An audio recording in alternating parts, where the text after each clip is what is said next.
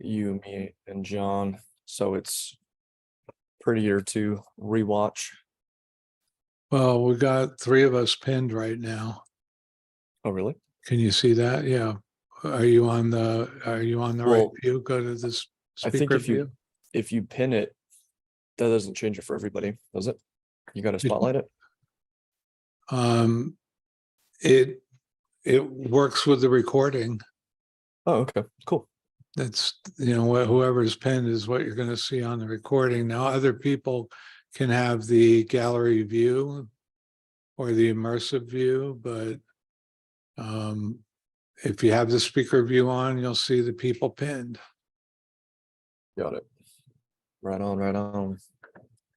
Okay, so this is exciting, everybody. The goal of the day is talk about sales and selling, sales skills, and everybody needs them. These are super basic requirements to be successful in any kind of sales oriented job, and that's what this is.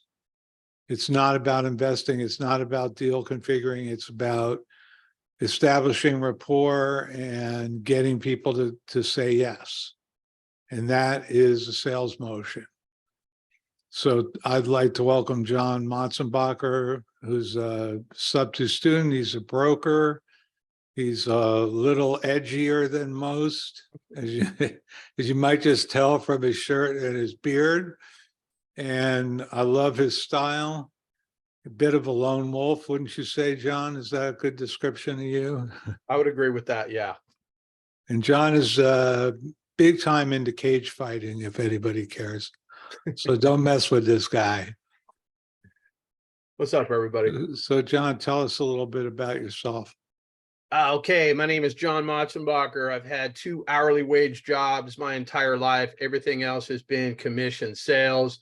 I got my real estate license in 2014 with the goal to not get fired and work somewhere for 2 years so I could take the test and get my broker's license.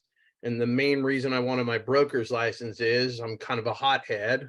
And if I wanted to quit, I wanted to be able to open up my own business on the same day before the sun set.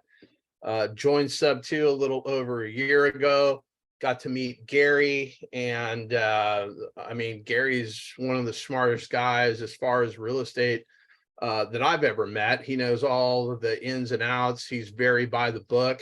I live in a gray area. I don't know if that's breaking news to everybody, but yeah, so I've been in sales, and Gary and I were on a Zoom on Friday, and he invited me here. So I'm here to help any which way I can. So Patrick is also an unbelievable natural salesperson. I think all these skills are super important. So where should we start this conversation, guys?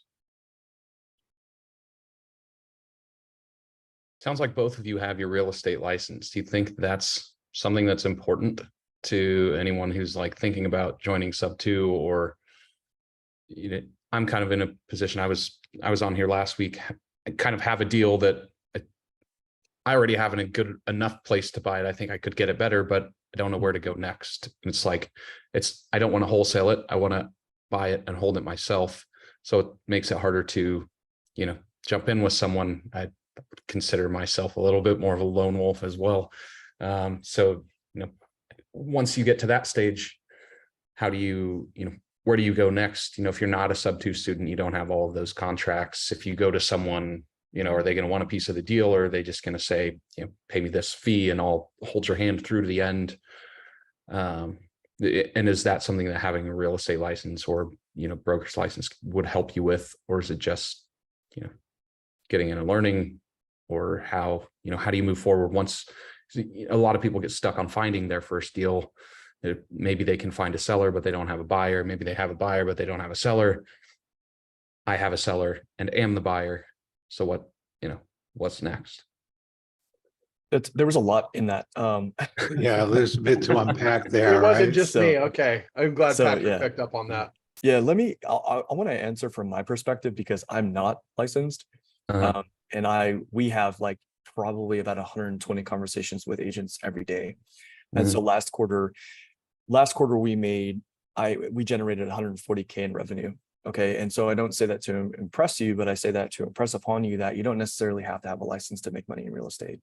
Right.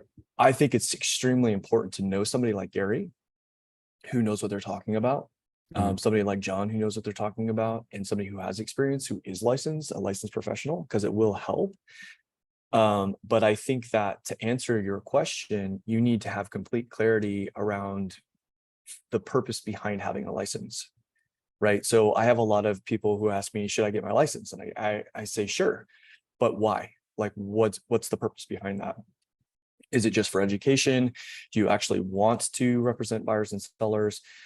For what purpose are you getting your license? And I think once you have purpose around that question, then that will dictate your course of action, right? Sure. Because I think a lot of people, they have very broad goals. Like, I'll ask people, well, what's your goals around real estate? Oh, I want to invest in real estate. And I'm like, okay, great. That's not a goal, right? Like, you have to have extreme clarity around it, and that's going to dictate your course, right? So if you asked me if I wanted to represent buyers and sellers, that idea gives me chills. Like, no, that is not sexy. That's not a sexy idea to me. Yeah, right? but So, Patrick, you've been asking yourself that question all year, haven't you? Now fess up. right. Right. And to add on to that, yeah, I actually just purchased a book on how to get my license in California. And so for me personally, I'm an analytical dude. So I want to see the ins and outs, and I want to have that knowledge. But I don't think I ever want to play, or I should say play the game as an agent. So for me, the reason would just be educational purposes. And it's a long to midterm goal that's on the back burner. It's not a high priority for me. So I think in order for you to truly answer the question, you have to ask yourself, for what purpose? John, pros and cons. What do you just? Yeah, I'll chime in. As a licensed broker, if I had this to do all over again, I wouldn't even bother with the broker's license, the agent license. It's two different things. Basically, it kind of puts me at a disadvantage. So for instance, let's say Gary was the agent on a property. I'm not saying I'm advocating that you guys do this, but let's pretend Gary is the agent on a property. I'm trying to pitch him terms, et cetera, and so forth. Gary's not having it. He doesn't even want to have the conversation with his seller. Not saying Gary would do that, but you get the gist. Agents are like that. At that point, I can't go directly to the seller. I can't go knock on the door because I'm a licensed agent. They could find me. They could take my license, all that stuff.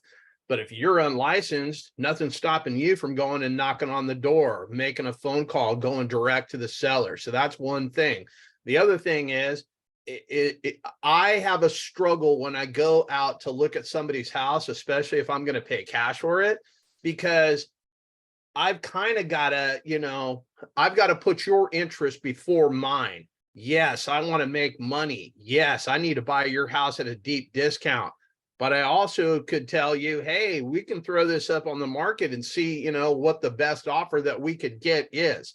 So it's a very edgy spot to be in. If I had to do it all over again, I would just team up with a guy that's way smarter than me, like Gary, have Gary write my offers and whatnot. You don't need a real estate license. And trust me, most of the people that I've met within the Sub2 group are a hell of a lot smarter than, most of the realtors that I've ever come across. But, I'll let Gary take it from here. 100%. Yeah, there's definite pros and cons here. And I think that John stated the cons fairly well. Like, for instance, there's a huge conflict with being an agent and a principal in a transaction. So, but to Patrick's point, what's the purpose? Why would you do it? I've managed to go, I've only had a license for 15, 16 months now, something like that. And I had a vision in my head when I made the decision to do it. And my vision was, there's this void in the services market, the real estate services market, in catering to investors. And I thought, this retail real estate mentality that's out there is very limiting, and it's old. It's not adaptive to the market right now. And it's very clear that a lot of things in the way real estate conducts business is going to be changing in the next year or two, whatever time frame that is, when this Mueller, is it the, I'm trying to remember. There's a couple court cases, one in Missouri and one national case that's going on that, and I think these cases are going to be, they're antitrust cases. And they're going to they're going to help break the current model. The model needs to transform. So and this is my personal belief after dealing with real estate agents and doing fix and flips. And one of the things I realized was, number one, the one thing that would have put more money in my pocket was if I had a license, even as a fix and flipper. But I made the decision that I wanted to try to fill that void in the market that I saw, which is catering to the investor client in that community, which meant totally busting through this business with these commissions and looking at how do I package fixed price services that make sense to investors who are doing volumes of business. And what's the trade-off with that? I'm not chasing, as in my real estate business, I'm not trying to chase that one buyer or that one seller who's going to buy one property in 5 or 10 years or sell one property in 5 or 10 years. I'm looking for people who are going to do deal after deal after deal. Patrick, how many deals have we done together? Oh man, I've lost count. I know, But yeah, right? you're the go-to guy when it comes to creative. So every creative deal Patrick does, and every once in a while I've done a wholesale deal with him. So I do all of Patrick's deals. I'm not constantly looking for the next customer. I'm looking for how can I find deals for Patrick? How can I increase the efficacy or the efficiency of my customers? And I'm pretty much not buying real estate right now the way I used to. So, but that was a conscious decision.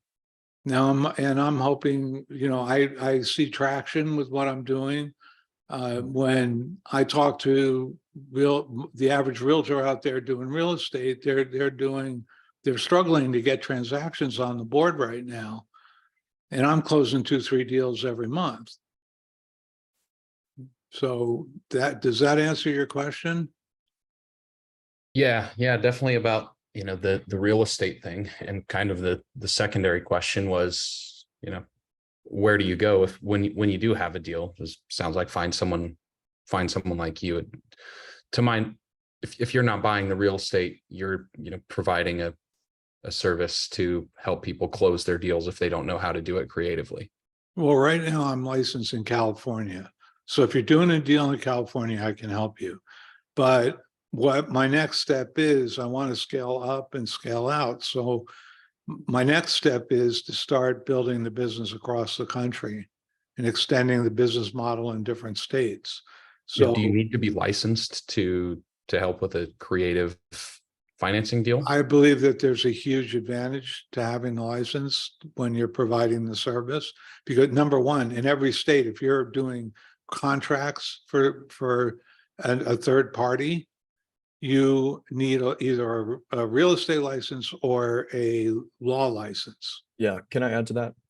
Sure. So Dustin, my goal in my business is to do multiple transactions every month. So that being said, if I dropped everything that I was doing to handle paperwork, I wouldn't be able to do the volume that we currently do. So when I have the paperwork, I know what it looks like.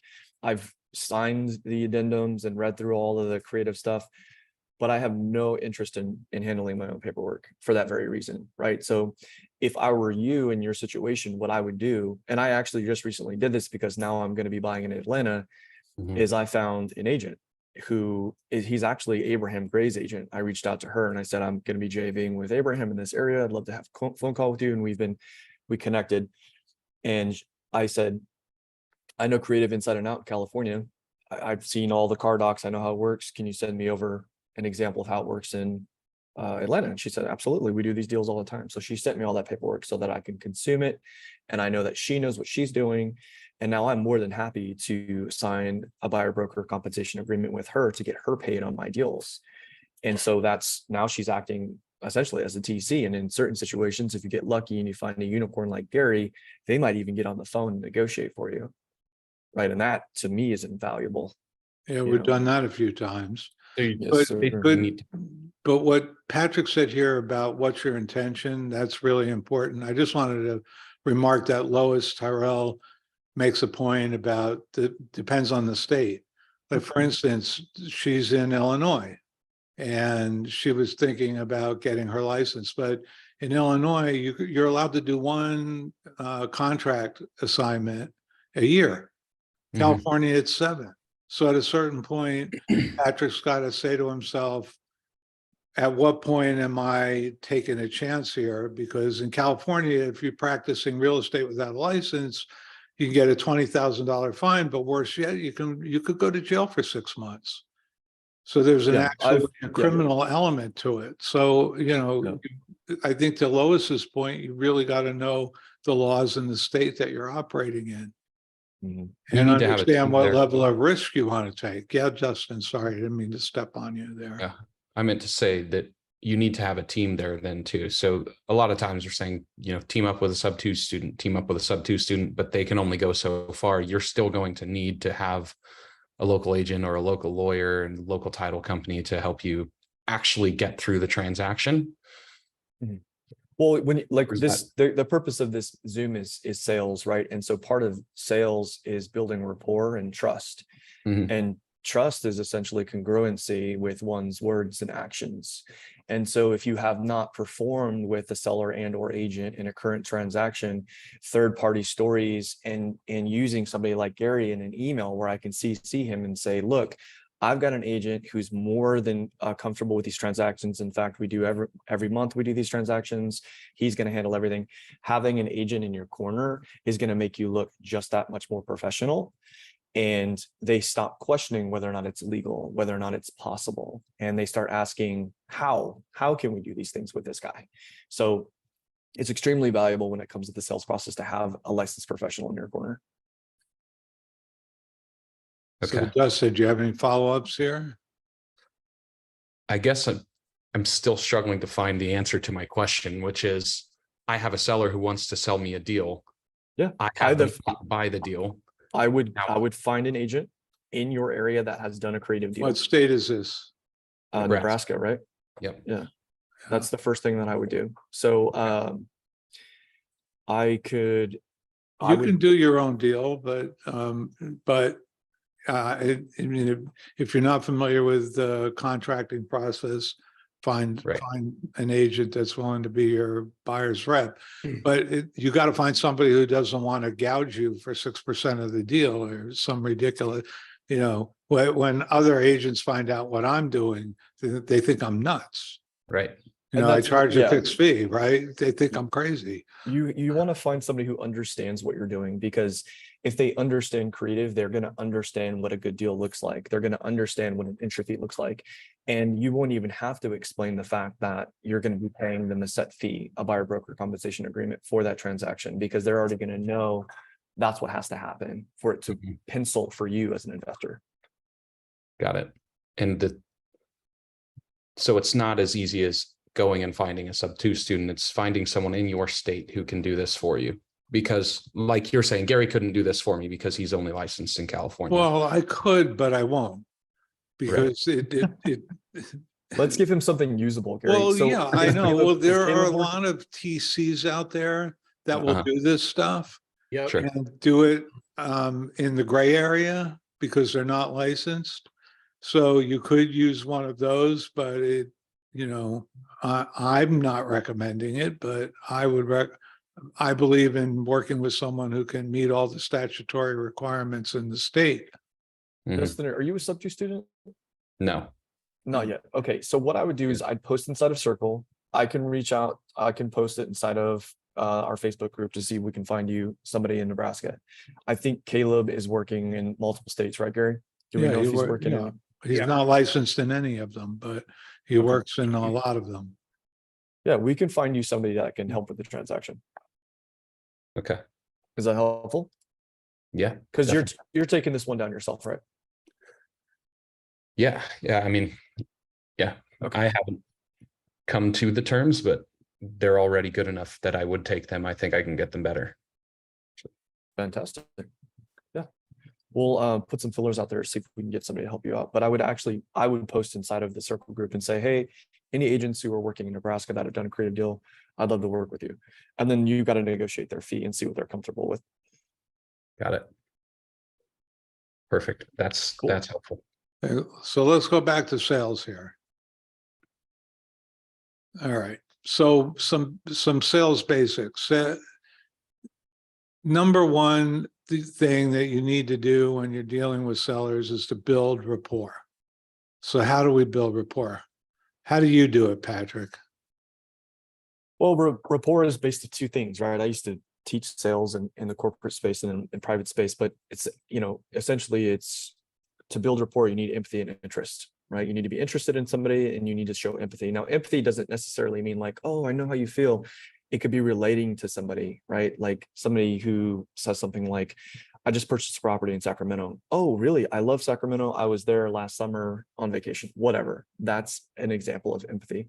Interest is just asking simple questions. So if you're calling an agent, for example, you would ask them, can you tell me a little bit about, the condition of the home? And then you let them talk. And if there's an opening for rapport, you take it. And I always tell people on my team, if you find yourself talking with an agent or a seller and you're talking about anything but the house, that's great because you're probably building rapport, right? So that's kind of what we're looking for. So John. Well, basically, I'm calling, I'm talking to whoever the seller is. I'm trying to fact find. I'm trying to find out, what are you trying to accomplish? Okay, because I need to know what they're trying to do before I can even offer any solutions whatsoever. But yes, Patrick is right. You have to build rapport. And I just kind of latch on to whatever it is. Oh, you got cats, you like cats? I'll talk a little bit about cats and whatnot. But basically, okay, so, you and those cats, where are you guys headed if I bought this house? And I basically just turn it, and it's just question after question after question. And we're just kind of building rapport. Sometimes my deals, they're gonna take a little bit of time because it's gonna take more than one phone call. But usually, like if you're it depends on who you're calling to. If I'm calling pre-foreclosures, I don't want to be the realtor. Hey, I'll sell your house for the most amount of money, or the scumbag investor trying to buy their house for pennies on the dollar. And I basically come at them trying to help. Hey, if you're looking to save that house from the auction block, if that's what you want to do, that's what I'm here for. And basically, I'm trying to build rapport. If everybody's trying to buy and sell their house, well, they're going to shut down, because I don't know if Gary agrees, but I would say more than 10 out of 10 of these folks that are in pre-foreclosure, they don't want to move. They want to stay in their house. Something happened in their life. Some of these people have buried their head in the sand and think some magic wand is going to get waved over their life and everything's going to be great. But you just have to continue to build rapport. So they usually only continue to take my call because I'm not acting like I'm trying to buy their house. But once we go through all the things that you could do, and the only thing left is to sell your house, well, I can list it, right? Because I'm an agent, or I can buy that thing and we can figure it out. But you've got to build trust with them to let them know, hey, I'm here to help you, versus all these other vultures that are trying to steal from you. And I build rapport like that and make everybody else out to be the bad guy, essentially. Well, when you're asking questions, what kind of questions are you asking, John? Well, Gary, what are you trying to accomplish? I mean, you tell me you want to sell your house. Like, if I bought your house, I mean, where are you going to go, Gary? Well, technically, what do we call those types of questions?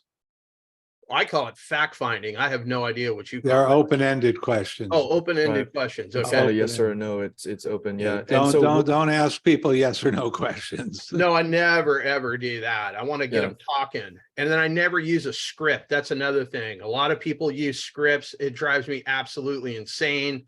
I'm just trying to basically build some rapport. If we're talking about the house, what type of condition is it? All the same stuff. Is it occupied? Are you in it? Is your cousin in it? Are you getting rent for it? What's your motivation? If I could buy this thing, like, why would you want to sell it? It seems like a great house. And you want Yes. to find out, I want to highlight what John's saying, guys. If you're in this meeting and you're here now, pay attention, perk up, write this down. what he just said, it might seem obvious or simple, but it's really important. And I feel like a lot of quote unquote investors miss this point. It's what are your next steps? When I buy this thing, what are you trying to accomplish? What he said was so important, because like literally the last sub two that I closed, I asked the guy, why did you accept my offer? I know you were talking to at least 20 investors. And he said, you were the only one who asked me what my next steps were. Right. So that's the goal. Okay, great. How can I use the tools at my disposal to actually get you over that obstacle to hit that target? And that's how you build rapport, right?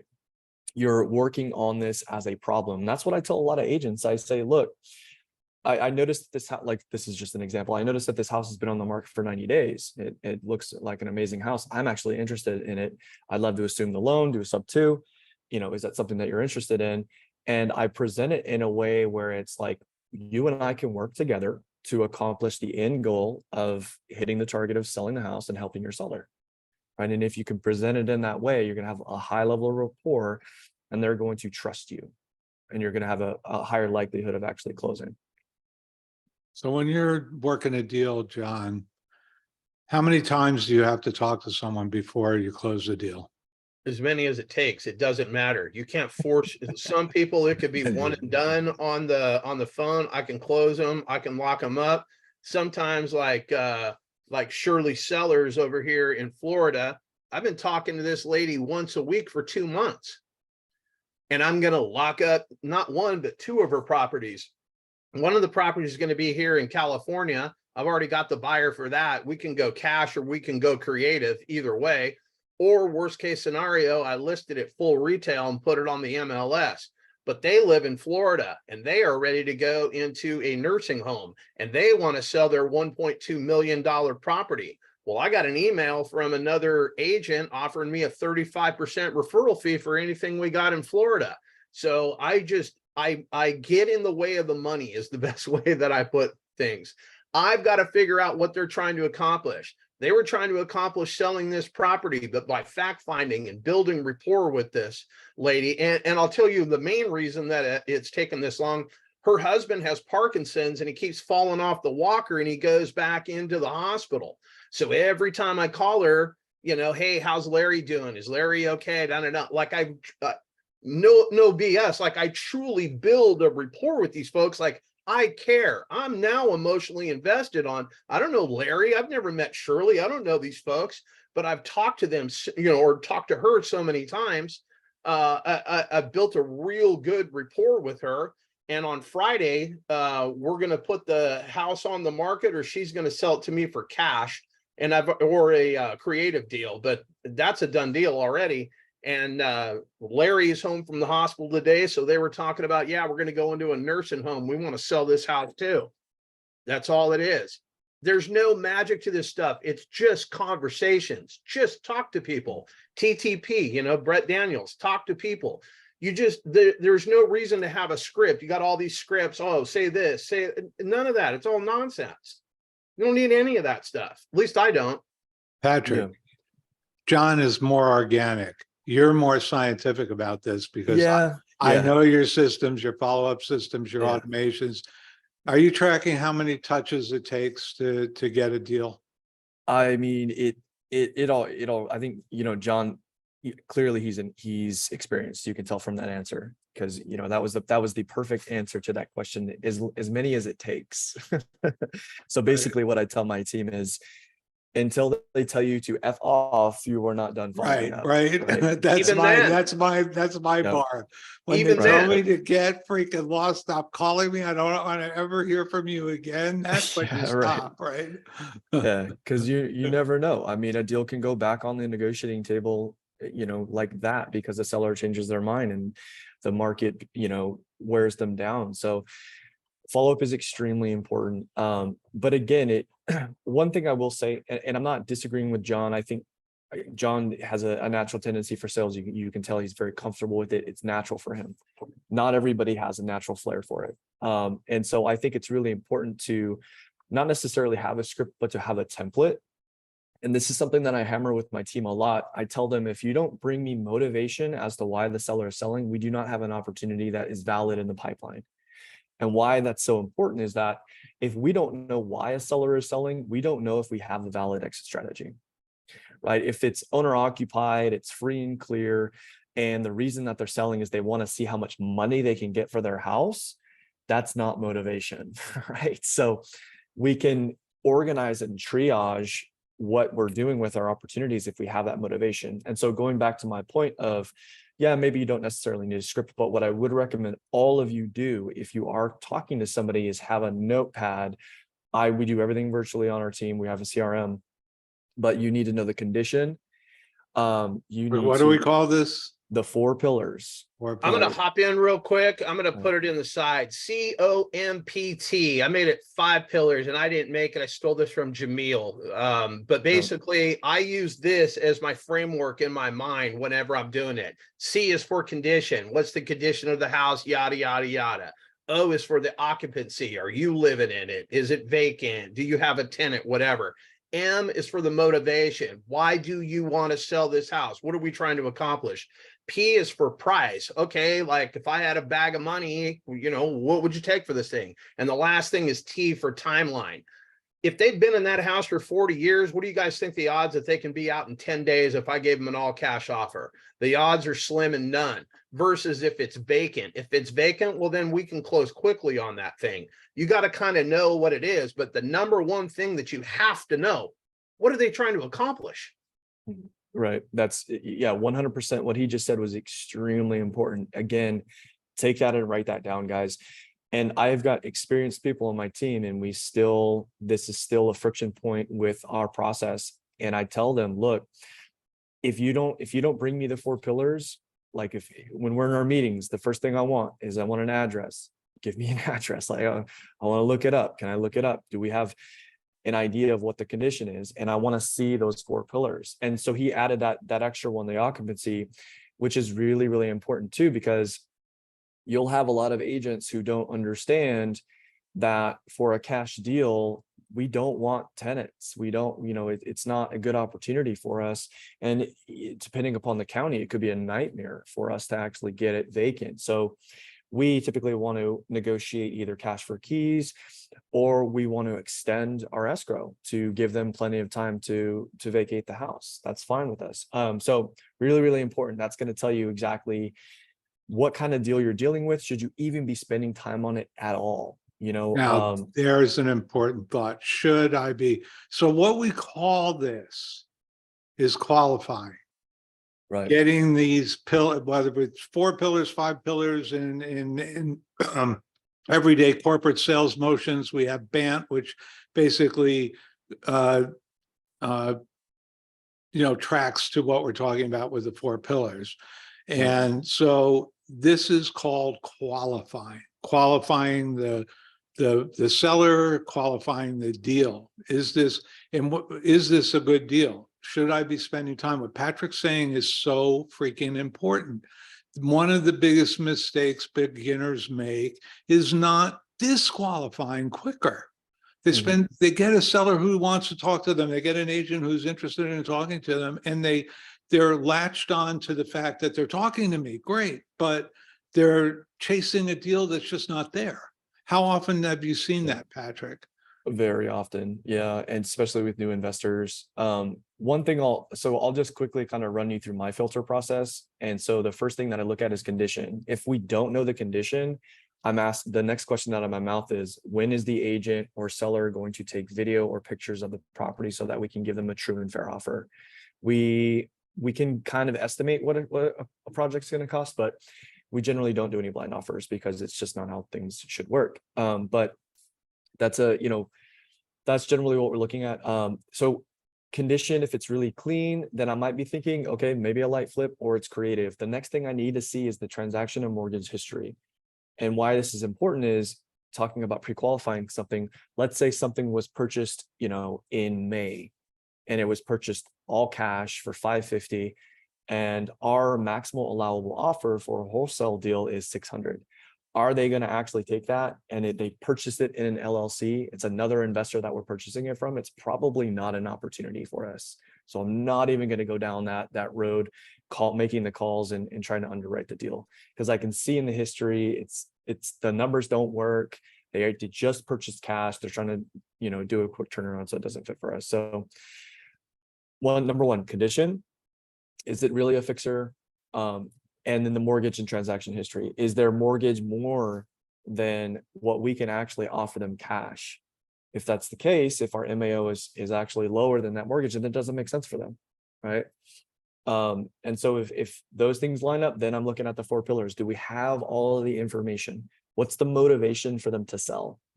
Are they truly motivated as a seller, right? And then everything else will factor in. But that's basically my quick filter process to decide whether or not we're actually going to spend any of our bandwidth on it as a potential opportunity. John, how do you disqualify properties? I essentially do the same things that Patrick has mentioned, but I'm also, even if that property doesn't work, what else do they have? Do you know anybody else that wants to sell? Like, I never, ever, ever let anything go. I absolutely I ask as many questions that they'll let me ask. And a lot of times I build such rapport with these folks that even if we don't get a deal the first time around, they sell it to somebody else, I'm always the next call if something happens, because that's what I tell them. Hey, I'm still going to be here. If something falls apart, you know, I get it, blah, blah, blah, blah, blah. And I've got, I had to wait a year to get this deal. I closed it probably about 45 days ago, cash. Same thing. I missed out on it the first time, and he sold it to somebody else and he ghosted me. It was like 4 months. Then one of the buyers, because I've got a bunch of buyers that I can send stuff to before we even lock it up, you know, to make sure, hey, what would you pay for this? They sent me a screenshot. Hey, isn't that this house that you tried to sell me a couple of months ago? It's on the market. I hit the seller up. Hey, it looks like you locked it up with another wholesaler. I hope they close, but man, that's just too much money. Guys, like, you know, ghost me another 6 months. I happen, just because I keep a list of every single transaction that didn't go through, and I'll just regurgitate it. I'll go back through it. I happen to reach out to that guy, and we got a deal done. And my contractor that I was going to take over there to fix and flip it myself, he and his wife bought it. And I told him flat out, hey, I got this under contract for $285. If I sell it to you for $300 to make 15 grand, are you going to be mad? Nope. I put everything on the table. I don't care who knows that I'm wholesaling it, not wholesaling it. Did you and I agree, Mr. Seller, to 285? Then what's the problem? End of story. Yep. So just try to be upfront. You know, everybody wants to call themselves an investor, and that's totally fine. You know, wholesaling is an exit strategy. There's no such thing as a wholesaler. Okay. There are people that wholesale, but that's an exit strategy.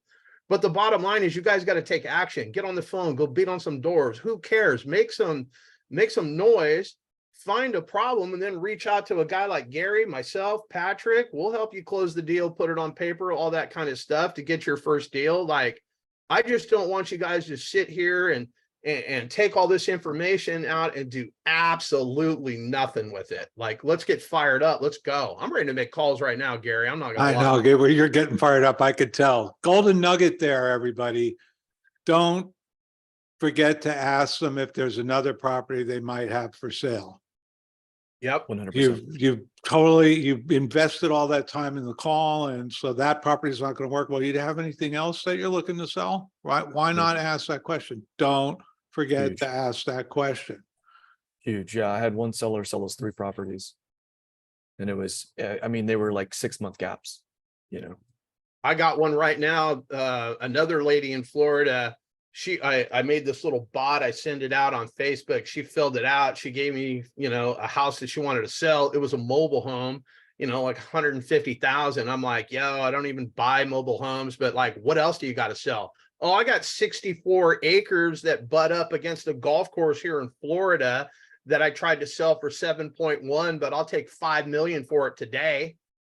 I'm talking to her. I can't make that deal work because there's some sort of an environmental thing where you can only build 1 house per acre. So DH Horton and all the other players that I know, they're not interested in it. But that same agent, that 35% agent, he sent her an agreement today. So we're going to have that thing on the market at $5 million. I don't care what it is. You have to build rapport, and you just have to keep asking questions until they tell you to go pound sand. All right, guys, let's take a question. Alexi's had his hand up the whole time. Let's bring Alexi. Let's go. Turn on your camera, Alexi. We'd like to see who we're talking to. You're going to, There he is. Oh, there he I I think No. you scared him off. going went. once, He got scurred. going twice. I don't see Sold. him. Let's get with Steven. Let's go with Stephen instead. Hey guys, how are we doing? Hey, Steven. So I'm down here in Southeast Florida. I am a licensed agent. I've been an agent for, I don't know, 15, 20 years.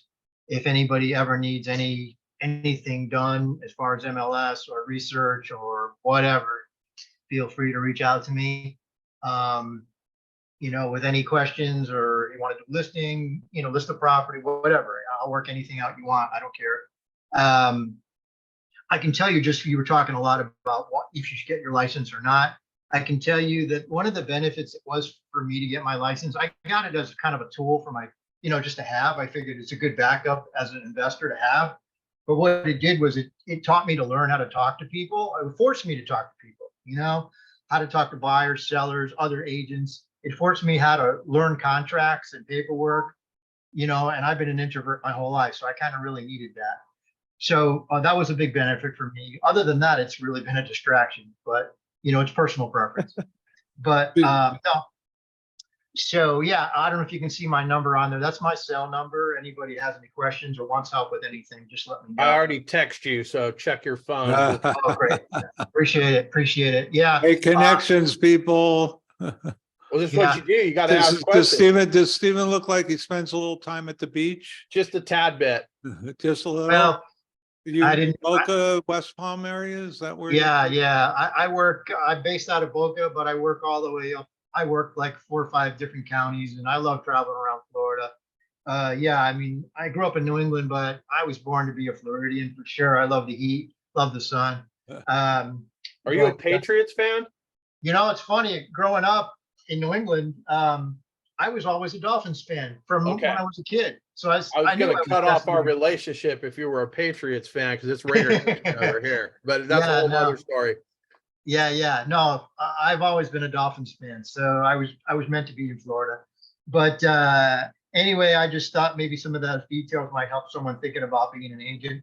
The other thing too is, I didn't hear anybody mention it, but you can always do a flat fee listing if you know how to. If everybody knows what that is. You can get a flat fee listing done for a few $100s, and another agent will put it on the market for you, and then you'll handle all the calls. And then if you have questions, you can come to the group. So you're getting a listing done for a few $100. You'll just have to pay the buyer's broker a commission, but you can set it up from the beginning what that's going to be, on the flat fee. But that'll save you some money, and you don't have to worry about it. And you're also protected where that broker or that agent is handling the liability, right? So that's not bad, something to think about. But most of my business is flat fee. oh, there you go. Yeah. Right. And I do flat fee list. I do list only, entry only, as well as some service and full service. So Yeah. good So point. it's a la carte. You can set it up the way you want, right? Yeah. Yeah, Exactly. yeah. So, but anyway, this has been really great information to hear. I love the motivation. I love hearing from seasoned communicators and seasoned salespeople, because it's critical to know as someone trying to grow in a business. You have to hear this from people and hear it over and over, because it's the most important things to hear is, what am I supposed to be doing? What am I working on? What am I supposed to say? So I love hearing these things. It's all about practice, right? Everything's about practice. Yeah. Okay. So anyway, yeah, I've got one, my first deal under contract. Well, I mean, I've done other deals in the past, but since kind of getting into groups like this, I have one under contract. It's a complicated one, but hopefully I can get it to the finish line. It's a pre-foreclosure with lots of liens on it. So I'm having to learn all that, figure it all out. So anyway, but yeah, but if any, like I said, if anybody has questions or needs help in Florida, especially Southeast Florida, I'm happy to help out in any way I can. And I appreciate everybody on the call. This Thanks, is the value of the circle. Get in the circle and network with people. And let's spread the networking. As Pace always says, your network is your net worth. So Yeah. let's give someone else a chance to jump in here. Trevor, I'm gonna go ahead and pin you. Yep. Let me get my Can you camera. turn, there he is. What can we do for you, Mr. Trevor Jones, today? Yes, sir. I'm on my phone here, so that looks better. Okay, awesome. How's everybody doing? Yeah, my name's Trevor. I'm actually a realtor as well in the DMV area, mainly focused in the state of Maryland. So surrounding areas of the Baltimore metro. I would list the counties, but most people probably don't know. Most people hear Maryland and think Baltimore, but very small state, but there's a lot going on here. Thank you guys for hosting this.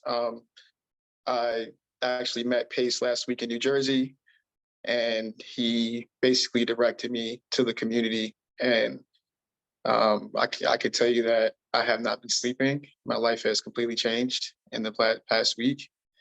And I'm very blessed to find this community in the time that we are in. Just a little background. I've been full-time a year and 3 months, closed 10 deals my first year for 3.25 million and 4 referrals. So about 14 deals altogether. And I'm looking to diversify. Can you guys still hear me? Yep. Yeah, we Yeah, can hear yeah. you. Okay, froze for a second. Looking to diversify into more investments. I've done a few investment deals, and I have a developer that I work with that I did a deal with, and we actively have one under contract in the city. So I'll just kind of get into the question. I had 2 questions that I'm trying to put together. Which one? They're both pretty serious questions. But so when we were on the elephant challenge, Pace was talking, or there were a few people saying that you should find the property and then call the agent to first figure out if it's a potential deal. Normally on the realtor side, you would do that and you would run comps.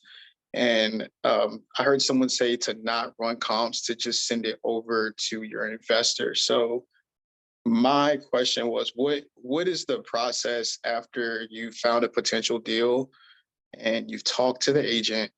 Do you guys try to get an assignment contract with that person before sending the deal out? Do you run comps? What do you guys kind of do after you have a potential deal before you actually connect it to the investor? Because I know as a realtor, typically you would just have like a buyer agreement with the buyer, which would create agency. That way you can present deals that way. So I'm basically trying to figure out how to connect the deal without the deal being taken from under me, pretty much. Are you asking as a realtor or as a wholesaler, or Well, what's your so persona in this case? You know, what's your avatar? Are you acting as a realtor, or are you just acting as an investor who happens yeah, to have a license? Let's put that frame around it, and then I think John or Patrick can field that for you. Yeah, I could break down the way that our transactions work. So are you specifically talking about wholesaling deals? I guess. So just to kind of clarify again, I've done 2 assignment deals. Okay. But basically I use the contract of sale. So in Maryland, in the contract of sale, there is a clause that says that the contract of sale is not assignable. So I talked to my broker, and we were able to kind of just dash out and initial the contract of sale. And so that was my second question, was So if you guys you are were using. you changed your vesting in escrow. Is that how you were able to do it? Is that what you're saying? No, it's not vesting. He's talking about they're just changing a non-assignable contract to an assignable contract. Like an addendum. Well, no, they're just I got it. They're modifying the contract with signatures. Exactly. Right. Okay, so is your broker, I mean, my number one reaction would be, what does your broker think about wholesaling? And, you know, there are brokerages in general that won't allow it. They don't even want you to work with wholesalers. There are other brokerages like mine, Fathom, which says, we don't want you wholesaling on as an agent working with us, but you're happy to work with wholesalers. So that's the number one thing. If your broker's cool with it, then you're good to go. So you work for a small brokerage, Trevor? I don't. I'm actually through KW. KW, all right. Well, I'm surprised you not all Keller Williams are franchise operations, so every brokerage is going to have a different set of rules. Yeah. So I'll just, go I can ahead. break down our process for you. Maybe this is helpful. So we have 4 team members, and I've got a dispo manager, and then there's me. So basically my role is I negotiate and I manage the transactions at a high level. I have the difficult conversations that nobody else in the team is equipped to have. And so when we have an opportunity that comes our way, it all really depends. There's 3 buckets, right? We're dealing directly with agents. So it's either off market from an agent and they have the listing agreement, or they know somebody that has it, right? That actually spills over into bucket 2, which is like inter brokerage listings, as we refer to them. And then you have an on market deal. So when it comes to the off market and the inter brokerage listing that for whatever reason might not go on market, maybe they want to sell and take pre MLS offers, those 2 buckets, we will go deep with underwriting, but we generally have like phases. Phase 1 is like, are we even close in terms of price? So our number one question is, are they firm on their price, and are we close to that 60 to 70% of ARV? If those 2 are a yes, then we'll go even deeper and we'll start the process. And basically the process is comping it out. So we have every team member on our team, when they're sourcing the deals, they will do their own underwriting. In other words, like, what is it going to take to get this flipped for a flipper? And what is our maximal allowable offer? We use Gary's spreadsheet for that. Here, I will link resources for you guys in the chat. Let me just paste that and send that out to you guys. Gary's spreadsheet's in there. But anyways, once we have that number, then from there we get it under contract. And so do you guys know the number one reason that agents don't want to work with wholesalers? Type it into the chat, guys. Why do most agents not want to work with wholesalers? Type it into the chat right now. Let me see if you guys know the answer to this. It's not competition. It's not low offers. And it's scams. I don't know what you mean by that. So no commission. Nope. All of these are wrong. No, I'm glad. Thank you for guessing though. The number one reason that agents do not want to work with wholesalers is they do not perform. They don't know what they're doing. They tie people up. They don't have a buyer in line, and they waste everyone's time. That is the number one reason agents do not want to work with wholesalers. So I mention this because inside of our team, as soon as we get even a hint of the fact that we're going to have something under contract, the disposition wheels are turning. We're already reaching out to buyers and making sure that we have somebody ready to go to actually fulfill on that contract so we can perform. And in California, which is my market, we generally have anywhere from 3 to 5 days. And most of our contracts go under contract, or excuse me, are assigned, I should say, in about 48 hours. So with us, we make contact with somebody, we're in negotiation. We get property information, meaning video and pictures. And then once we have it under contract, we literally get a buyer we assign it to an end buyer in about 48 hours. Does that help? That is so important. And what makes it possible for you to be able to move that quickly, Patrick? We have processes and systems that are repeatable and reliable. And you got buyers, obviously. Yeah. My dispo guy, he's about to quit his full-time job. Like, he's making a lot of money. And basically the process is like, we typically already have a buyer's list in the areas that we're working. But as soon as we, like I said, get an idea that we're going to get it under contract, we will reach out directly to people who have flipped in that general area. And the cool thing about once you have a buyer that actually performs, they become a VIP on our list. and would go directly to them. Like we had a guy in San Jose, he closed cash 7 days on $1 million property. And then the next week after that, we sent him a deal and he closed on that one at $1 million. So his spending capacity is insane. So immediately we reach out to that guy because we know he's going to perform and we trust him. So does that kind of help? Do you have any specific questions about that, Trevor? Follow up here, Trevor. Yeah, no, that makes sense. I think it was they were saying to just kind of send the deal to them and not run the comps and ask them what they would I don't remember who it was. I'm not gonna say any names, but they said to just send it to them and just basically say like, this is a deal. What would you pay for this? So and so. And I know normally after you look at something, you run the comp. So I just wanted to see how you guys do it. When we provide the information to our buyers, we have a list of comps. We have, we don't ever run, like we run our own random numbers, but we don't ever deliver those to our buyers because we let them run their own numbers. We also we use Investor Lift and Privy to find buyers. So basically we'll look at flips on Privy, we'll reach out to the buyers directly. And it also depends on the situation. Like we have a probate right now where the agent who's sourcing the deal is actually on my team. And because of this sensitive situation, we're going direct to the buyers and we're not going to be listing it. With some of our other deals, we'll list on public platforms so that we get inbound leads for buyers. But we can see who's buying in an area, what they purchased at. So we know where buyers are buying, where they're at in percentage of ARV. We're very, very sophisticated when it comes to working with and finding the buyers.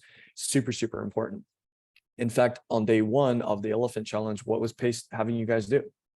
Finding buyers. Super, super important. So it helps to have like a process and a line. A lot of you guys are working by yourselves. I would highly recommend that you find somebody who's on your level, that is going to be consistent, that you can work together with. And trust me, a percentage of a deal is better than, getting multiple deals out of margin is better than getting one deal at 100%, right? You're going to make way more money if you guys actually team up with each other.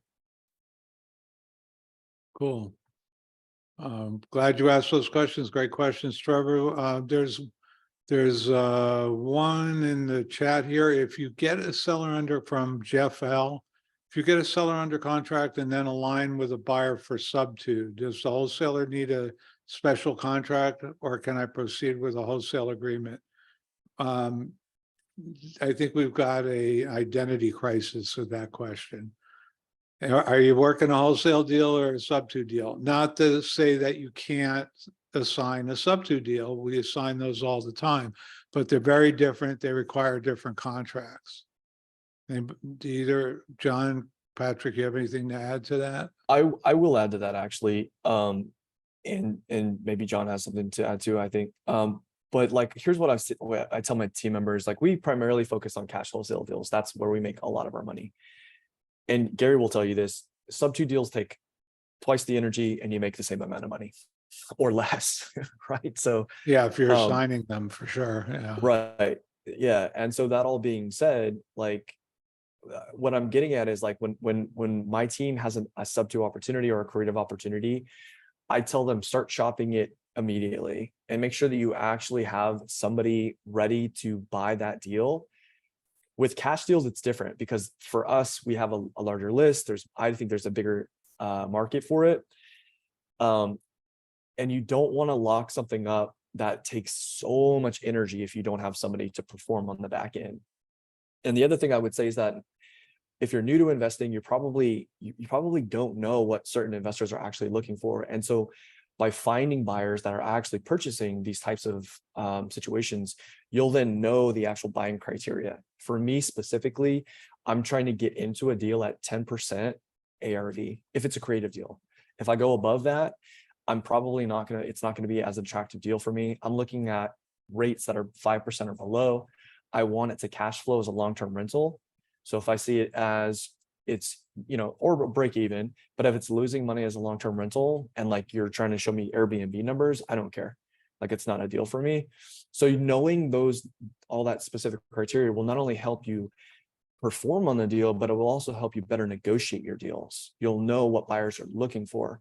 I see people marketing like seller finance deals or hybrids, and they're like, oh, $200,000 down. It's like at a 7% interest rate. It's like, I could just go get financing for that. Like, why would I buy that? Right. So knowing what your buyers are buying, again, will help you perform. Number one, it'll save everyone time. And lastly, you'll actually know how to negotiate those deals. John, I see you nodding. You have anything to add to Yeah, that? I would agree with that. And basically, if it's a deal, you will have zero trouble finding buyers. That's all there is to it. But just like Patrick said, you got to know what a deal is. $200,000 down on a $400,000 property at X amount of dollars, you take over this, that, and the other thing, like that's not a deal. And a lot of, I JV with a ton of non-sub 2 and sub 2 students.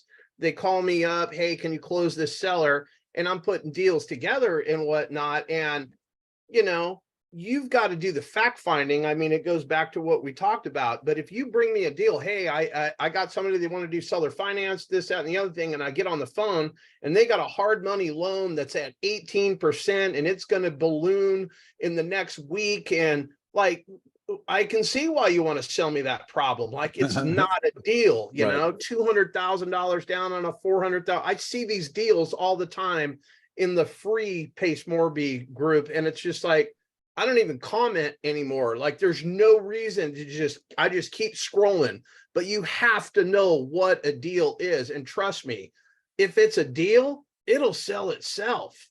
Yeah. It'll sell itself every single time. The best creative deals, low equity, no equity. If they're mid equity, sometimes they can work if you can also do a hybrid with seller financing. But I would think that's the best way to encapsulate that thought. Do you guys agree? 100%. And so I just got a direct message from somebody and they said, I don't want to look stupid. It was somebody who wanted to ask a question, but guys, I want to mention something because this directly relates to what we're talking about now. I didn't know what I was doing a year ago. And now I've got people on my team who are going to quit their W-2s. Okay. How did I get there?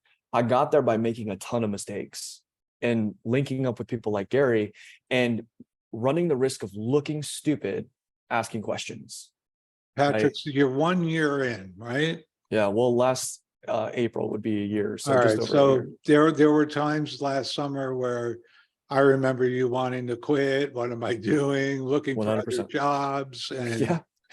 right. Yeah. I literally got turned down on a job that I thought I was going to get, and I'm glad I did because it really shifted everything for me. But anyways, the point that I'm trying to make, guys, is use this as an opportunity to ask questions. Don't worry about looking stupid, guys. Just get in there and make mistakes. Go ahead and be stupid. You have our permission. Everybody's stupid at some point about something. But if you let your fear of appearing stupid keep you from asking questions and participating, you're not going to go anywhere. I promise you. Yeah. So how 100%. about we give Gil a chance here? Yeah. Gil, what's up, dude? Just go ahead and unmute. Okay, just, muted. So my first Zoom here, just started following Pace a little bit a month back. Very new to this. Don't have my first deal. And in fact, I hope this question wouldn't be super unbeneficial to everybody. So let me know if I'm completely off track. But the gist of the story, I'm looking for my avatar. I want to get started. I really am just starting. And maybe the bullet points that are important to maybe help direct me to the correct path is I'm a tech dude. I saved up about $500,000 that I can play with. Social skills. Good for you, man. Thank you. Yeah, guys, you have a buyer in this Zoom, guys. You got an equity partner potentially here. Yeah, I might have to link up with you. Yeah, I second that motion. What I don't have is a lot of time. I have about 10 hours a week. So I'm super curious, excited, passionate. I want to get into the game, including to rehab. But my upbringing and up until my history, I worked with my fingers, not with my hands, which take a second. I'm a software engineer, so not I don't do home improvement, but I want to start learning that. So now the question is, what route should I be looking at? Am I looking towards a gator path, or should I grab a like become a unicorn agent and turn into a real estate agent? I can learn this, in maybe in 2 months and then go on to the MLS. We talked about this in the beginning of the call, etc. I mean, you probably know the options. There's no reason to list them now, but I'm looking for how to start. Have you done Pace's Avatar series on YouTube? I've started the 3.5 hours one. There's like several, aren't there? Several There's parts. probably to it? 15 hours in the Zoom Oh. vault by No, No, itself. I only watched one. Well, he one. doesn't, he's not in the Zoom vault, but Right. a lot of that's on YouTube, Pace's YouTube channel. So if you've watched that, that didn't give you any insight. Well, I would like to be an investor, but I'm wondering if the 10 hours I have each week is a limiting factor. It is 100%.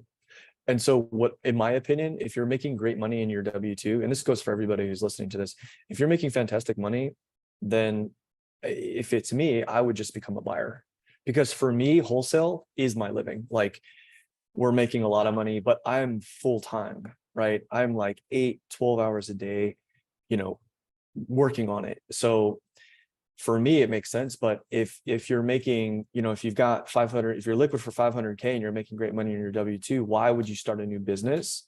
And by the way, this is just my opinion. And what we were talking about at the beginning of the meeting, clarity becomes very important for you, right? So you want to invest in real estate, but what do you mean by that? Do you want to build wealth by us picking up assets? You could easily become a buyer. You could literally just join sub 2 and say, hey guys, I've got a lot of cash to spend, and acquire properties like that. And it's literally that simple. Actually, I do have an answer for that. My immediate goal is to make $10,000 each month passively. Okay. Yeah. So what I would do is I would reverse engineer, like, how much cash flow do I need? In what markets am I going to be purchasing? Right. And that's the way my brain works, is like, great, you've got a number. And guys, what he just said is really important, because then you can start to look at what kind of opportunities are out there. And then you reverse engineer how much time, energy, and money is it going to take to get to that point. Right. So then you got to figure out, what market am I buying in? What are the best markets to buy in? All of those questions start to become your path. Mm-hmm. There's quite a few people who want to meet you in the chat, Gil. So be sure to check that out. Right. I think you could find a date or two in there, All right. Gil, do you know what markets you're purchasing in, Gil? Well, I'm best off of Seattle. I do visit Charlotte quite a bit. So either Charlotte or looking at Dallas and Atlanta. Yeah, or Columbia. So I'm still trying to figure those out. I guess the answer is no, I don't. Let wholesale groups like Patrick help you find the deals. Be the buyer. Yeah, I have a few guys, because, since we've had really good success in wholesaling now, I was really focused on getting my own creative deals, but now I'm just purchasing them because it's more effective for me. But yeah, I've got a few guys who are doing high volume creative deals that I could send your way. You will be my competition, and I'll be totally okay with that. Thank you so much. I really appreciate this. Yeah, of course. Okay, who else do we have there? Alexi, are you really here? Back. There we go. He's back again. Are you there, Alexi? I'm gonna spotlight you. Sound check. Can you guys hear me this There time? he is. Okay. He's here this time. You ghosted us the first time. No, it's a technical. Well, it's not a technical difficulty. Just I guess the lack of experience with Zoom this time. I'm a big Teams guy with Microsoft, and now after being on this calls with Pace. Do you ever try to get a bunch of non-techies, non-corporate types to use Teams? It's a nightmare. I mean, I'm a former techie myself. I have an E3 instance that I still have to play with, and I have Teams, and I can't get anybody to use it who's not already incorporated. Absolutely. No, but by no means. Everybody knows Zoom. Teams. You try to get people on Teams or even GoTo or whatever. It's like putting up a roadblock. Anyway, go ahead, ask your question. So yeah, that was that. It was just me not being able to find a unmute button fast enough, but I'll get better. So but it's a little bit funny actually now that I missed a couple, I guess, people ahead of me, and things I was gonna ask going out right after Gil, who how should I say it? He articulated a nice round number out there, which got a lot of people curious. And I'm in a completely different situation, but thanks to Pace, I guess at least I am in some situation when it comes to real estate at all. So if you don't mind, and I think just like Trevor said, you know, he didn't sleep for a week. I probably didn't sleep for a couple of days too. Maybe not just for you know, this the elephant challenge reasons, but nevertheless, my energy is a little low. Please forgive me. So I just wanted to maybe phrase my question by, if that's acceptable, just laying out my situation as concise as possible and try to get your feedback and maybe a little bit of a guidance, if that's okay. Yeah, of course. That's what we're here for. What's your question? So my situation is that I had one rental, well, still have a 2-family duplex for a good amount of years, actually, maybe 10 years. And I was always excited about real estate, tried to continue it, but I did not, right up until like recently. My second purchase was my home, my private home, and that stripped me off completely of any cash. Like my balance is zero, virtually, almost. My credit history is really not appealing at this point. So for a while, I thought, okay, let me just forget about this real estate journey altogether. And suddenly the creative finance, you know, real estate approach comes around, and it sounds very, very interesting. And I, you know, researched it quite a bit of time. So talking about, I guess, avatar is, surprisingly enough, what I initially understood that my immediate avatar would actually be a buyer. And it should sound funny, probably even stupid, right? So I'm referring back to an invitation to ask questions and a little, you know, look a little stupid a little bit, but nevertheless, the reason I would want to buy, and I really want to buy and hold for a long time. This is my personality, my belief in good amount of benefits coming out from that. But number one benefit for me to buy and hold right now would be, I believe, the depreciation. I happen to start making more money right now. And number one, I just really do not want to lose a good amount of that to taxes, specifically me living in New York State and New York City, actually, where we pay 3 levels of income tax. So it's not pretty. So for me, just being able to use real estate as a write-off would be of a benefit already. But what sounds funny, I guess, to any person who's listening to me, like, hey, guy, I guess you just naive. You're trying to come into a deal without no money. You hoping to have some sort of creative financing, I guess, no equity type of property I would like to take over. And what value, I guess what I'm trying to answer is like, what value am I bringing to the deal, or rather to a partner? Because me, at this point, what I forgot to mention, I'm sorry, to circle back to it, I sign up to the challenge and also to another course by Pace with the mentality that let me forget everything I know about real estate, and specifically let me forget everything I know about financing, because I got pretty good about understanding the bank view to it, like a standard approach, but I'm trying to just bring myself down as I'm just getting started, right? So again, can you do me a favor? yes, Can you just get very, very clear with your question? In one sentence, what's your question? Is there a way for me to bring value, or what value would that be if my plan is as follows? I'm going to join a SAP2 community. Okay. I'm going to find either a student or a leader in there with whom I want to offer to partner up with him and say, I'm interested in buying and holding specifically in Florida.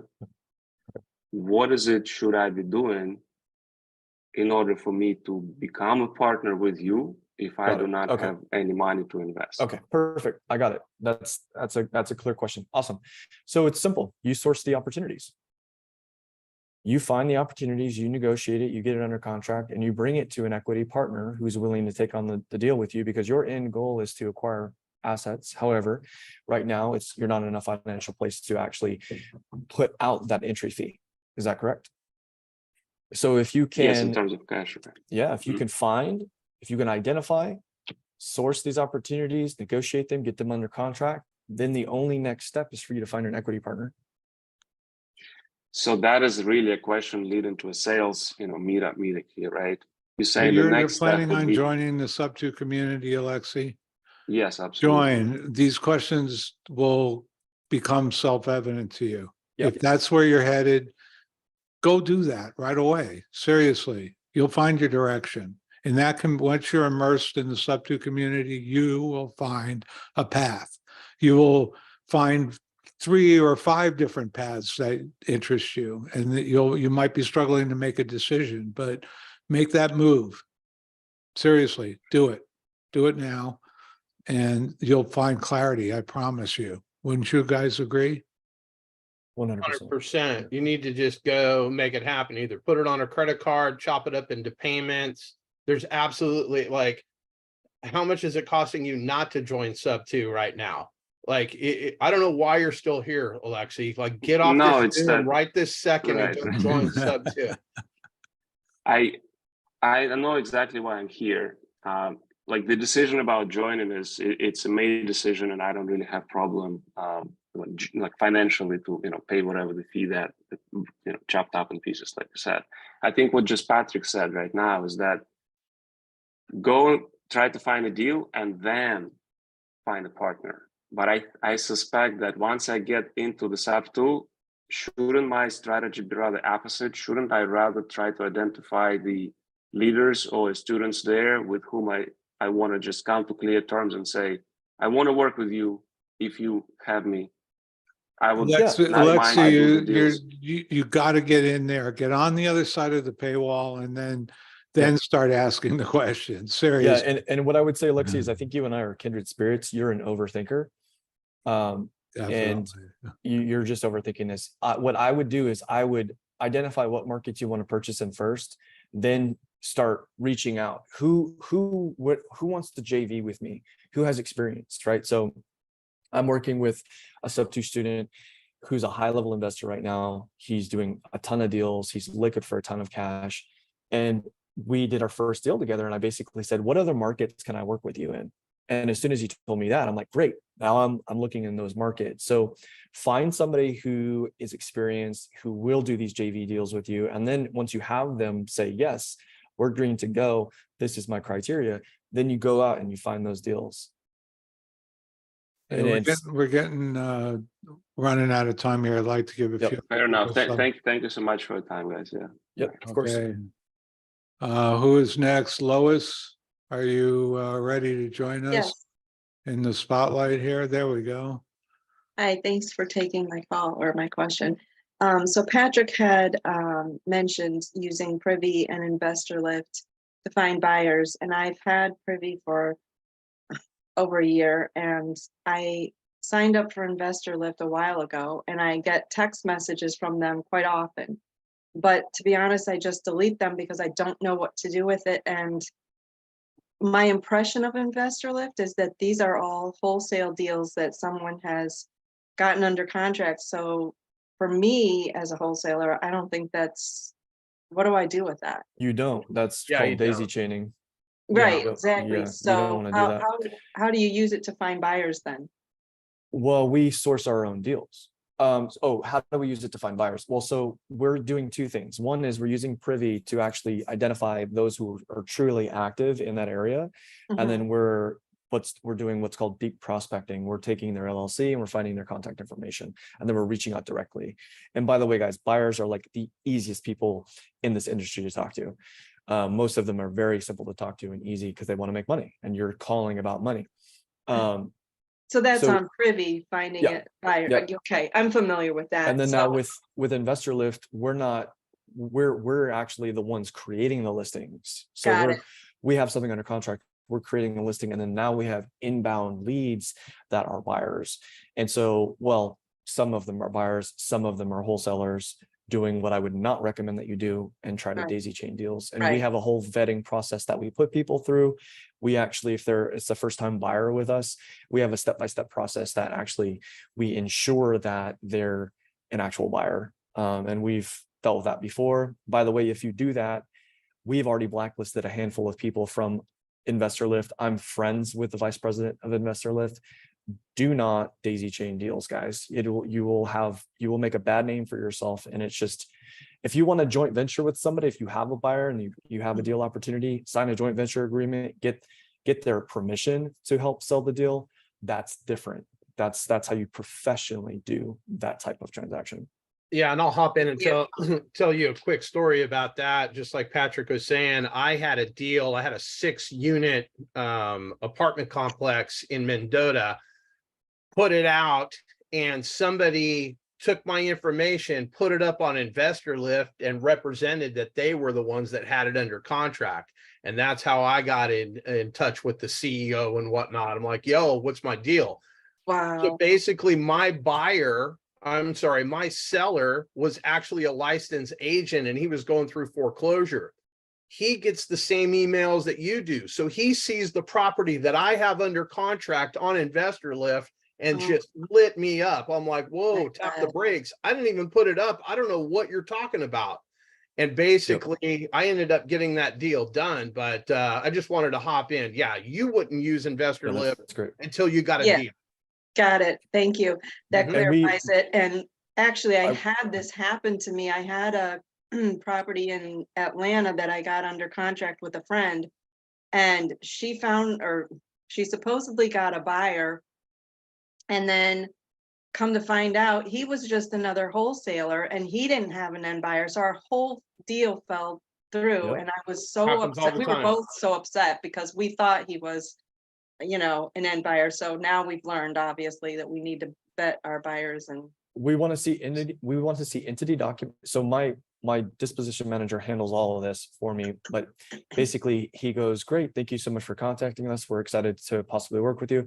What we need from you is your entity docs, and we need the addresses of your previous flips. And so he will go and vet them and look at the fact that they've actually done their own flips. Okay, so remember when Patrick asked everybody, why don't real estate agents want to deal with wholesalers? exactly. There you go. You have it in Exactly. a nutshell right there. Yes. 100%. Right? That's Yeah. what knucklehead wholesalers do. There's Right. many people that aren't behaving professionally. All right, I want to get to Thank you. a couple more questions here if we can. Veronica, Let's try to keep the questions concise so we can get through you guys. And then if we could rapid fire the ones in the chat, that would be great. Veronica, how's it going? Hi, thank you for Hi. having me. Quick question. I was just part of the Elephant Challenge and then signed up for the Sub-2 program. Very nice. Pace strongly suggested not to do cold calling ourselves, but to hire the VAs, which I'm ready to do. My problem is I haven't done any cold calling, although I did pull a list of tired landlords in the Monterey Bay area. And I wouldn't know what to say if a lead was brought to me. How do I handle that? That's a great question. I'll just jump in real fast. So here's what I'll say. I'm just going to give you my overall opinion because I've done everything so far. Like I have a background in marketing. I was running ads at one point, which kind of worked. I was all over the States, and then I went and focused in on a market. I was going direct to seller, and then I started doing direct to agent and MLS. In my opinion, if you're new, I think the smartest way to do it is to grind and go direct to agent and direct to the MLS for a few different reasons. Number one, cost. It's a lot less expensive than hiring VAs and pulling a list and doing all that while you're still learning, right? Like, because you're going to need to make a lot of mistakes to start figuring out, how do I negotiate? How does the transaction work? Like, what are the rules? All of those things, right? So for me, my learning curve was drastically decreased by linking up with Gary and being in a Zoom with him every day and learning the process and actually speaking with and having conversations with agents. So that's just my overall opinion. Now, if you want to do what you're doing, it seems like you're kind of like a type A personality, you're going after it, good for you. You know, your question is, how do I have that conversation with a seller, right? Basically how I do it. By the way, I don't ever use the word investor when I'm talking to people. I just say I'm looking to purchase a house, right? That tells the seller and the agent, whoever you're talking to, that I'm somebody on the phone that's going to perform, right? I'm going to buy something. So that's how I like to start off my conversations. I'm looking to purchase a house in this area, you know, and you said you're pulling vacants. Well, no, tired landlords. Tired landlords. Okay. So yeah. I always make it personal, and this is just my approach. I'll say, you know what? I was actually walking a property on Main Street the other day, and I came across your property, 123 Main Street, and I noticed that it fits my criteria. I'm just curious, are you thinking about selling? And that's how I'll start the conversation. Is that true? No, it's not true. I wasn't on their street, but they get a million phone calls every day, and they all sound the same. It's always, hey, you know, we purchase all cash and no closing and blah, blah, blah. It's the same script that everybody's using.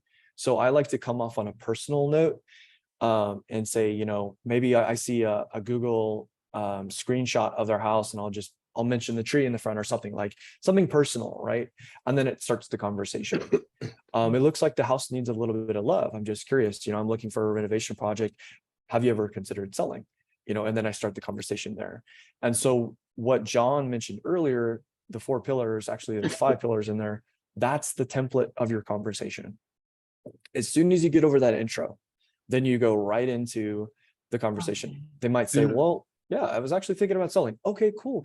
Well, in order for me to give you a fair and true offer, I would need to walk the property. But before we do, can I just ask you a few questions? What's the general condition look like? Have you been taking care of it? How's the roof? How's the foundation? When's the last time you did a renovation? Those types of questions get them talking, so you can build rapport if you see the opportunity. And it also gives you more information about where you might need to be with your numbers, right? Veronica, you're not going to know how to talk to sellers until you start talking to sellers. 100%. And you got to screw up a whole bunch of times. And, you know, to emphasize what Patrick and John have said here, you need talking points. You don't want to be scripted. If you start, you know, I hear so many people, even in the sub-2 community, they listen to Pace's seller calls and they start repeating stuff that Pace says and the way he says it. But if it's not part of you, if it's not genuine, people are going to know the difference. You know, one of the things Pace uses is, bring me up to speed. Well, that's very offhand and casual. It works for Pace, but for some other people, it's going to be a turnoff. It's a little too informal. Bring me up to speed, but Pace can pull it off. But all of a sudden, people join the sub-2 community, and then I hear them in our. We do a lot of. There's a lot of opportunities for role play, and then you'll hear everybody parroting what Pace said. Bring me up to speed. You got to use your own voice, learn the talking points, understand the information that you're trying to gather. That's the answer. Also, Veronica, I will add this. I don't have anybody on my team doing something that I haven't already done. So you asked, well, Pace says they shouldn't be making phone calls. Well, yeah, because Pace's time is exponentially more valuable than most people because he's so highly skilled in what he does, right? However, I'm sure Pace has made a cold call, right? And he knows if somebody's doing it correctly. So I would recommend that you jump in and start making mistakes so that you can have an experience and have actually embodied what you're going to be hiring somebody to do so that you can manage them and monitor their performance. Cold calling operation, it's a numbers game. It's high volume. It requires a lot of volume. It requires a lot of management. It requires a lot of commitment to resource expense. It's an expensive thing to engage in. You might call audits. You got to audit the calls and make you sure that might want to consider other ways of lead gen. That is the most expensive, one of the most demanding. It's a boiler room type operation. It's not to be taken lightly. I really suggest that you try to join a team that's doing that type of outreach. It works. There are a lot of people making millions of dollars doing it, but it is It is a huge commitment, both in terms of time, resource management. It's not the easy way. You're not taking, John, you have something to say about that? No, I do cold calling myself for myself.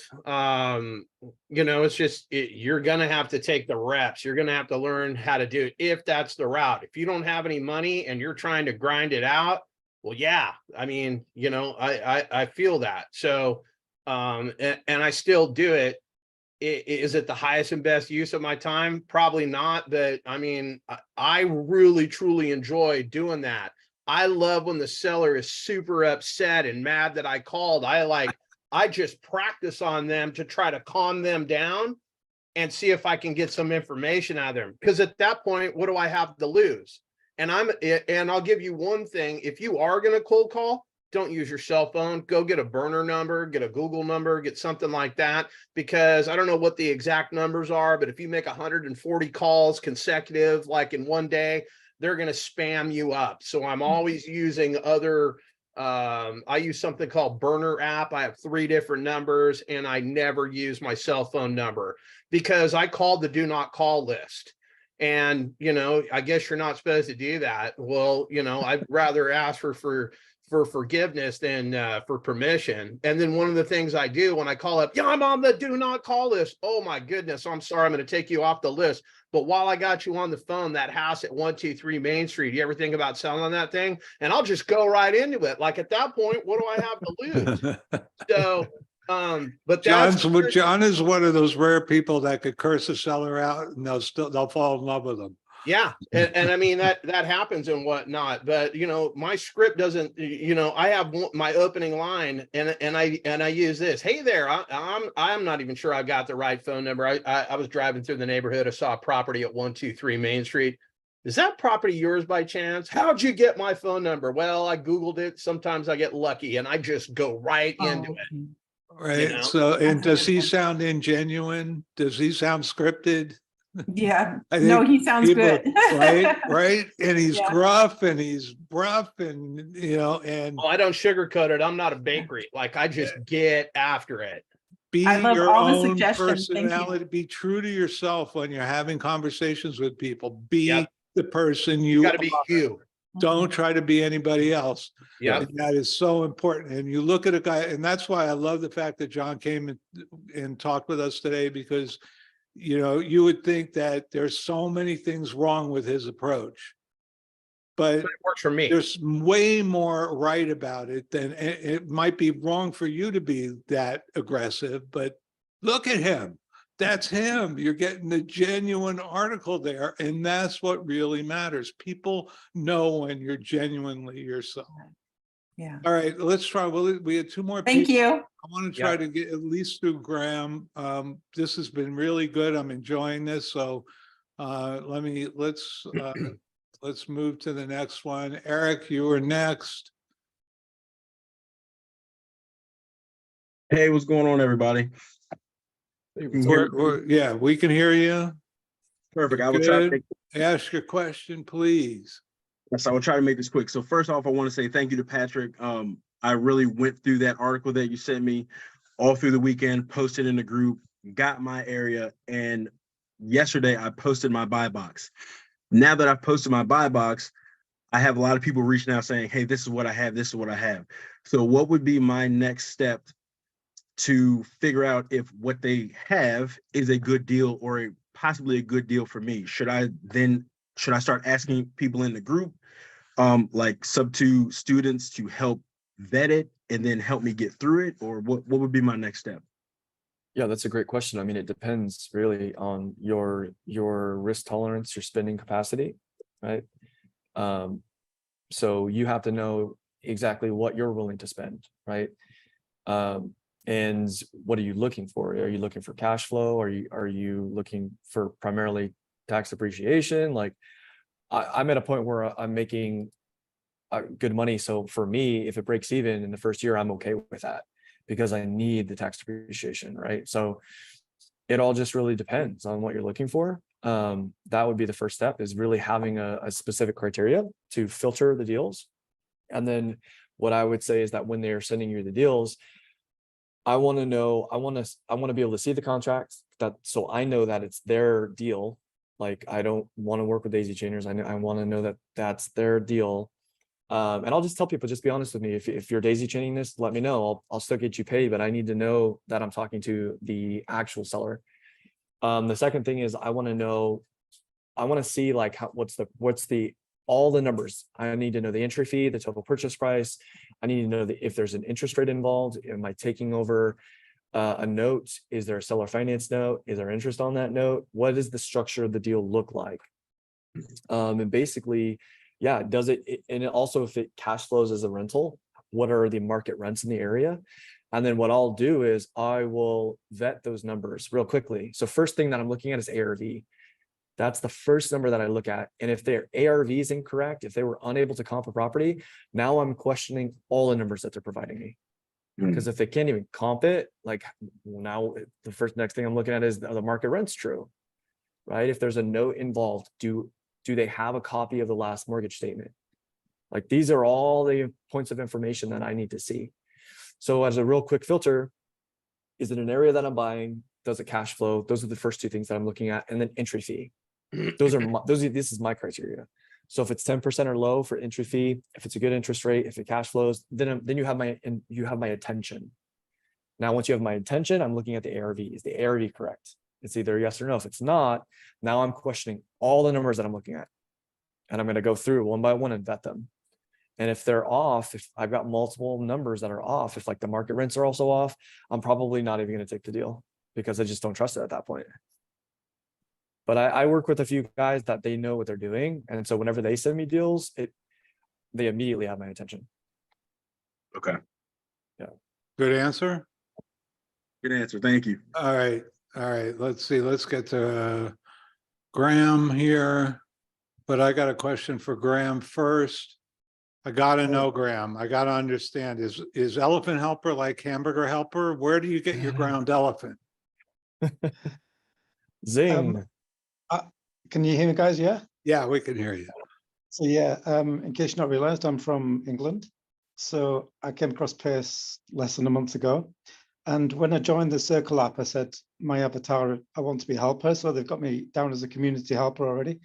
So I'm trying to skip the baby elephant stage and just go straight into being an elephant helper.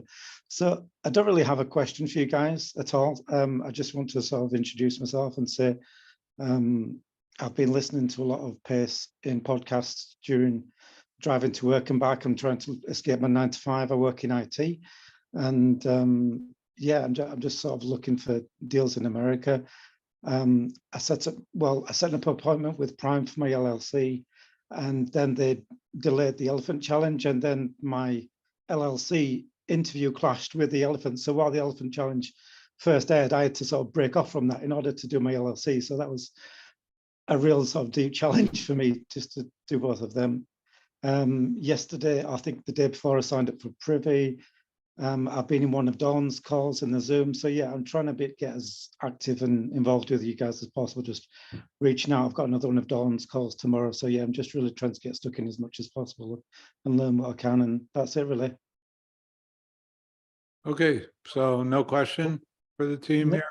Okay. Just to introduce myself, say hello, and that's it really. Okay. Nice to meet you. All right, The thanks. Florida market, because I've been to Florida once and, well, been on holiday, been to America twice, but it seems a nice place. You know, Pace talks very highly of Florida, and I think that's my sort of target market. I want to replace my 9 to 5 income with, you know, like a residual income. So I don't All mind right, buying. let's give Marie a chance, Graham. All right, thank you. Thank you. Thanks, guys. Thank you, Okay, Graham. Hi, everyone. hi. I have like follow-up questions. Thank you for spending time and explaining things. I'm a newbie. My first question is on the entry fee. I always heard less than 10%. But if that property has equity, like say 25%, so how does that get calculated before I bring it to my buyer? How does equity get calculated? I don't understand the question.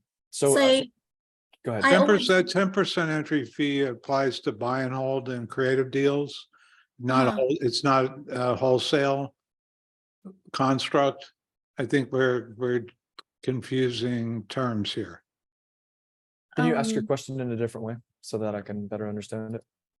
Yes, because I always hear about not more entry fee should not be more than 10% before you bring the deal to me.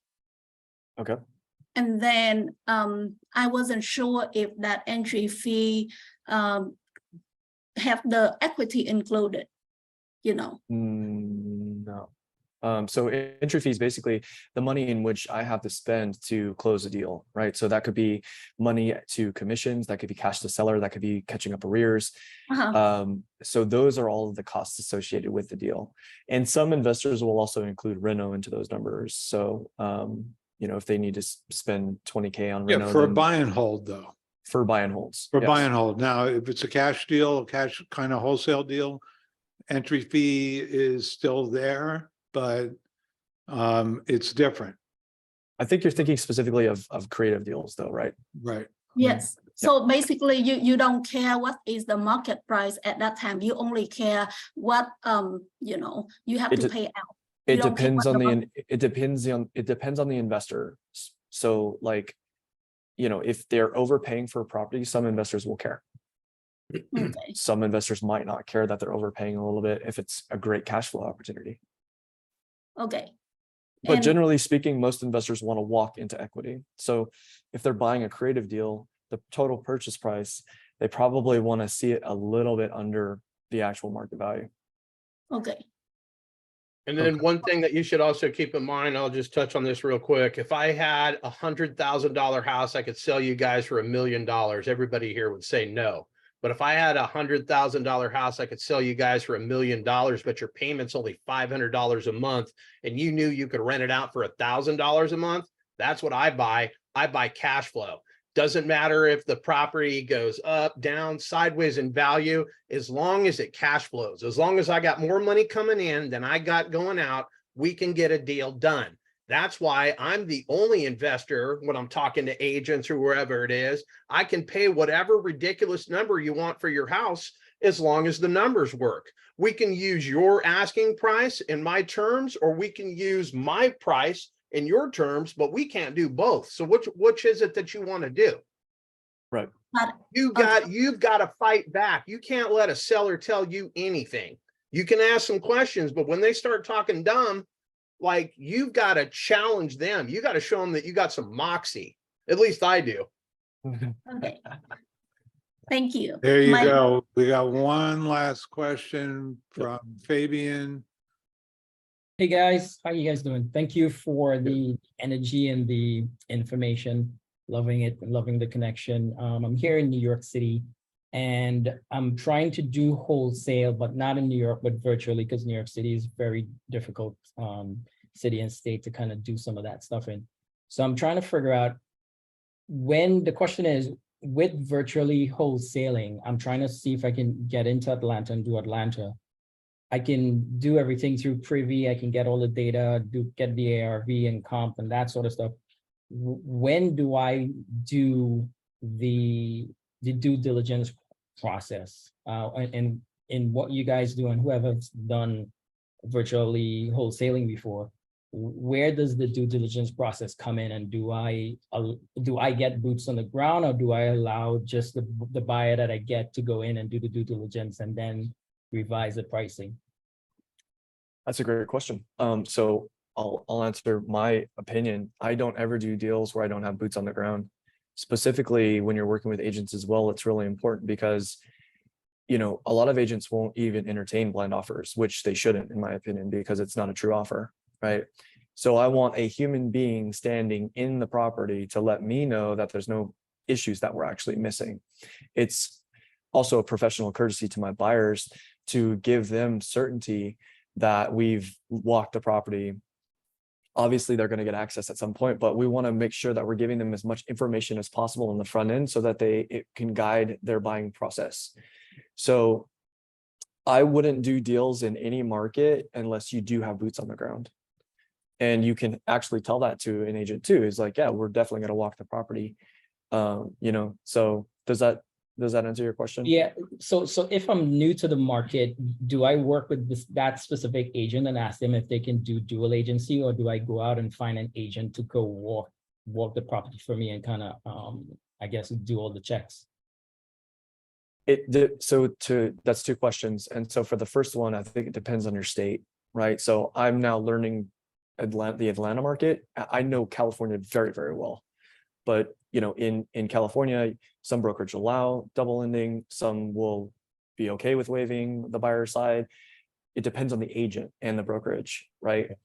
Now, when it comes to due diligence, you're not actually doing due diligence by having an agent walk a property for you, right? That's not, unless they're on your team and they're not part of the transaction, right? You actually need somebody that you trust. And so, that gets into a deeper conversation about when do you walk it, if you're under contract, if you're not. But the way that I look at it is in buckets. Like if it's off market and we know we're close on price, I'll walk it without a contract. If it's inter brokerage listing that might not go to the MLS, we might walk it without a contract if we're close on price. If it's on the MLS, I'm probably not going to walk it unless I have it under contract, or unless I know that we can get it under contract, because it's just going to be a waste of time for me. Right. Now, everyone on my team, they need to work with me, so they're not going to go around me. So I trust them. They can walk it without us having under contract. Now, if it's somebody that I'm using to do boots on the ground, I pay them $500, but generally I've got a contract. I'm not just going to send somebody out there without a contract. That's how I operate. Okay, so on market contracts come first, and then you send someone to do it and do the due diligence. Correct. Yeah. And once you find something, then you go back to the agent and kind of revise the offer price. Yeah, we had a contract in San Jose. We assigned it for $65,000, and we basically dropped the price. I think it was like 300,000 because I found foundation issues, and I was able to show the agent. I was like, "Do you see this? Are we all standing like this?" Right. So, Right. They were able to actually see that, identify that, and move on price. And because of that, she just completely stonewalled any other investor that she was talking to, because I was one of the only ones that ran her through it. And so she trusted me. And moving forward, she only wanted to work with me as an investor. So it's very, very helpful. All right. Thanks. All right, guys, this has been a lively session today. I think that we've run a little later than we normally do. It's great. We've had great attention here. For those of you who asked questions in the chat that we couldn't get to, put them in the Circle app. It's really difficult to focus on a lot people who are talking live and answer questions in the chat. And I got to look at the participant list and focus on that in order to see who's raising hands and such. So it's very difficult. And you make it even more difficult if you ask the questions privately, because there are other people in the group that could potentially answer. So just going forward, the chat, let's always try to keep the chat for you guys to network. Anyway, I want to thank John. John, it was really fun having you here. You're amazing. I love working with you, dude. Appreciate it. Patrick, my brother, you're in the neighborhood. We better be getting together soon. Yeah, 100%. All right, guys. Thank you so much for your time and Thanks for hanging out, guys. patience. Yeah, we hope you got some value today. We love being here for you. We'll see you same bat time, same bat channel next week. Yep. See you next week, guys. I'm gonna kill it. Take care, guys.